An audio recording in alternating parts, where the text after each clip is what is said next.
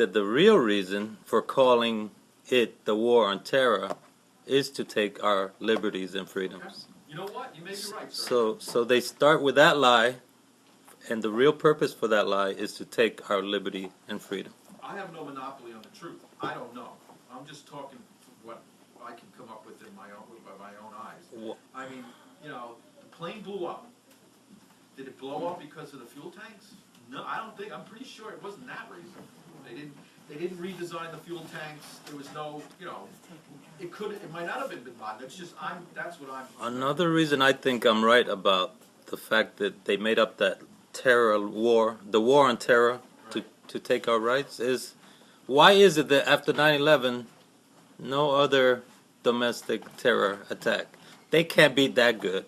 The U.S. government cannot be that good to control over 300 million people from terrorist attacks. And that's Americans, let alone foreigners coming in and secretly performing terrorist attacks. I can't believe that we're that good that we could stop 100% of every attack. And yet, since 9/11, no other attacks. Well, Sergio, you may be right. You know, there's 1,000 buildings in Manhattan that people blow up that are not protected in any way. Big buildings. But it doesn't happen. That's supporting what he's saying. Yeah, no, again, if the government, if it's lost our trust, because the government, we don't trust it. I would say we know government is not that good in terms of practicing security, despite all the stuff they put in after them. Because USA Today reported a few years ago that based on studies that Homeland Security and drills they had done at airports, where they had tried to sneak the materials past security at the airport. They succeeded 50% of the time. Meaning, if the same 1920 hijackers had done exactly the same thing, try to hijack 4 planes simultaneously, 4 airports, they would have succeeded twice if they had tried it anywhere else. And meaning, either nobody's trying nothing. It seems to me to be nobody's trying anything because there wasn't a real war on terror. No, but that supports Sergio's, and I don't disagree. Sergio, you're absolutely correct. I mean, they're clamping down on us. They're making this boogeyman. We got the boogeyman now. Everywhere we go, we got to give up these rights and this privacy, but this, they get complete control over us. Also, I'm wondering if we've had some time to talk more about the Tea Party now, specifically if you are involved with the Tom is in terms of what we can accomplish with it, or you can accomplish with it. But the two things that stand out to me about the Tea Party is what got me so much attention, the national movement, was the issue of being able to primarize people, and get people out of office who thought they were in a cozy position. Because you found out the weakness in the political system, which is controlled by one establishment through the Democratic and Republican parties, is fewer people vote in the primary. So to rile up enough people. You're absolutely correct. That's exactly one of my main. We got to primary these guys. I don't mean to. And again, just quickly, Charlie Hines just lost. Now, I got a problem with Charlie Hines because Jimmy Burke lost Gilgo, and it was too hot to beat up and rape hookers in Suffolk. So he was going to Brooklyn. He gets caught in a sting by an undercover policewoman, okay, posing as a prostitute. Hines calls up Spoda, lets him go. Then he goes in, he breaks the arm of a hooker. Lets him go. Now, I really don't know Charlie Hines. We just lost the primary, right? Now, that's all I know. Why can't he bust this chief of police? Or, coming in here and just, he gets caught in a sting. Can't he just take him out? He didn't take him out. So now they got a case, about the child porn. You know what I'm saying? It's child porn that's got to take him out. It can't be breaking the arm of a hooker. That can't take him out. What, is that ridiculous? He should have been stopped so many years ago for so many other things. In politics, I'm going to try to steal your thunder here, but I think sex scandals always take down politicians better than anything else. There'd be direct sexual conduct things because they can't pass it off on subordinates and say they did it.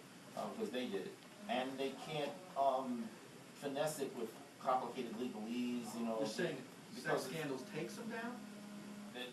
more often than not. I mean, I'm not Because something they can't escape it, like all the other crimes they commit. Okay. Because they did it personally. Yeah. Because of the obscure financial corruption, people don't understand the obscurity of financial Why, relations. I mean, why didn't Elliot Spitzer go to jail? Why is he on, Megan's At least list, it's right? from my office. What? At least he left the office. If Kristen was here, she'd That's tell not you. enough. Sorry? If Kristen was here, she'd tell you. Yeah, okay, well, I'm just, you know, And why didn't he go to jail? yeah, I mean, he got, He at the made a very deal. least, Tommy He was made a deal. He transporting resigned. $10,000 a certain, over state lines and, you know. He made a deal. I'll resign if you don't. Very put me in wealthy jail. man, right? Very wealthy man, I guess. You know, we just went through this whole cycle with him and Mr. Wiener, but, you know, whatever, I mean, can't we just, certain, you know, again, he's raping hookers and he gets a pass. Yeah. But don't, and I'm not condoning, of course not, but the child porn's gonna get him?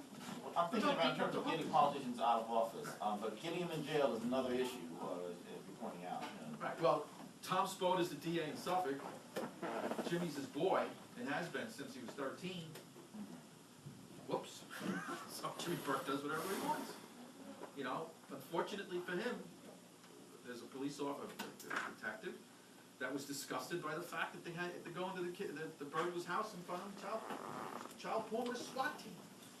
They had to get that child If porn. I can address that question, if the New York Tea Party is an independent entity, then you can send out press releases on corruption and these things, and there's gonna be no pressure from the Republican Party.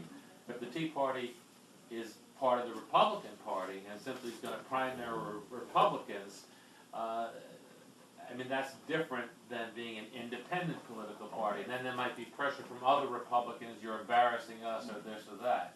So obviously by being an independent entity running its own candidates, we get more press, more independence. Right. And we need independence so no one can place pressure on us when we're taking on controversial issues, obviously. I think that's fair, because it's roughly equivalent to other third parties Yes. being independent entities.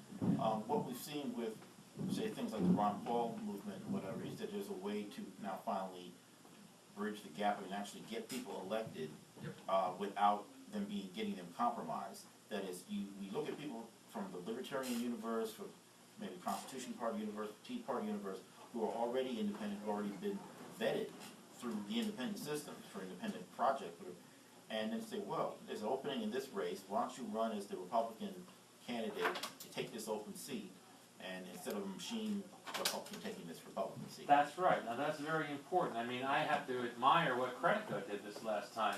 He sought our Libertarian Party nomination, but then he got into the Democratic primary for mayor. Now he only got 2%, but now did you know he has his own independent line? He's on the November ballot on his own line.